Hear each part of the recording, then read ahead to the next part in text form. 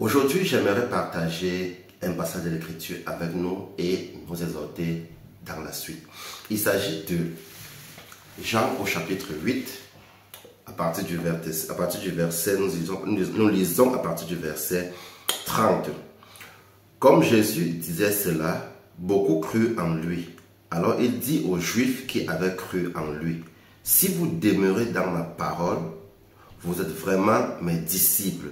Vous connaîtrez la vérité et la vérité vous rendra libre. » Si vous demeurez dans ma parole, vous êtes vraiment mes disciples. Il dit à qui? Il dit aux Juifs, donc il parle aux chrétiens.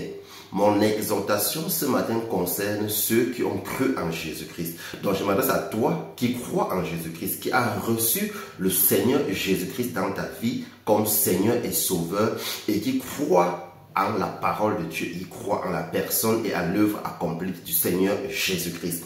Alors Jésus s'adresse aux Juifs. Il dit, si vous demeurez dans ma parole, il faut demeurer dans la parole de Dieu. La deuxième chose, il dit, vous connaîtrez la vérité et la vérité vous rendra libre. Voyez-vous, être enfant de Dieu, croire en Jésus-Christ, ça ne suffit pas.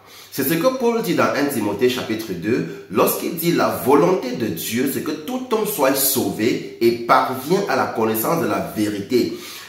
Être sauvé, c'est une chose. Croire en Jésus-Christ, c'est une chose. Mais arriver à la connaissance de la vérité, c'est ce que Dieu veut.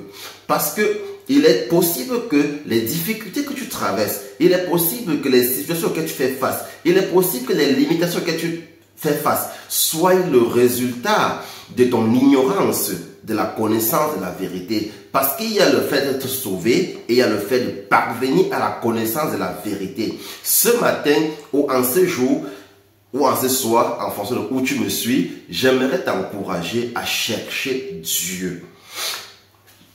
Lorsque le peuple d'Israël, au temps de Jérémie, a été déporté et exilé, je crois à Babylone, si je ne me trompe pas, il y a eu des faux prophètes qui leur disaient, nous sommes dans Jérémie au chapitre 29, le verset 11 que la plupart des chrétiens aiment bien citer, car je connais les projets que j'ai pour toi, projets de paix et non de malheur, afin de te donner un avenir afin de donner un fait d'espérance. Je crois que c'est ça, si je ne me trompe pas. La plupart des chrétiens aiment citer ce passage biblique sans comprendre le contexte. Dans le contexte, Dieu envoie son peuple en Israël pour 70 ans de captivité et d'esclavage. Et il leur dit, où vous êtes plantés des vignes, cultivez des champs, mariez-vous, donnez vos enfants en mariage, parce que vous allez rester là pour longtemps, parce que je connais les projets que j'ai pour vous. Et à la suite, il dit, vous me prierez et vous partirez, et je vous exaucerai. Vous m'invoquerez et je vous répondrai, parce que vous me chercherez de tout votre cœur. Il est important, le plan de Dieu a toujours été qu'on puisse le chercher. Il faut chercher Dieu. Je t'encourage à chercher Dieu. Le monde dans lequel nous vivons est spirituel. Le monde dans lequel nous vivons est d'abord surnaturel. Les résultats que nous voyons dans le naturel est la conséquence des décisions et des décrets qui ont été pris dans le surnaturel. Donc si tu vis ta vie seulement dans la perspective naturelle, alors tu vas être une victime même étant enfant de Dieu. La connaissance de la vérité est ce qui te libère. La connaissance de la vérité dans chaque aspect et chaque domaine. Et Jésus a dit, je suis le chemin, la vérité et la vie. Et rappelez-vous dans Éphésiens chapitre 1, Paul prie pour les croyants d'Éphèse et il dit, je prie que le Seigneur vous donne un esprit de sagesse et de révélation dans sa connaissance. C'est une chose de croire en Jésus, c'est une chose de le connaître. C'est une chose de croire en Jésus-Christ, c'est une chose d'être sauvé et de devenir enfant de Dieu, mais ça en est une autre de connaître ce Jésus, de connaître ce Dieu. La vie éternelle, c'est qu'il te connaisse toi, le seul vrai Dieu, et c'est lui que tu as envoyé, Jésus-Christ. Tu as besoin de connaître Dieu. Tu ne peux pas commander un certain nombre de résultats dans cette vie. Tu ne peux pas accéder à une certaine dimension dans cette vie. En tant qu'enfant de Dieu, si ta connaissance de Dieu est limitée, alors tu dois connaître le Dieu. Car ceux du peuple qui connaîtront leur Dieu dans ces derniers temps dans lesquels nous vivons, agiront avec fermeté et accompliront des exploits. Ceux qui connaîtront leur Dieu. Tu peux avoir reçu Jésus-Christ, mais tu ne connais pas Dieu. Parce que la volonté de Dieu, c'est que tout homme soit sauvé. Ça ne s'arrête pas là, mais qu'ils arrivent à la connaissance de la vérité.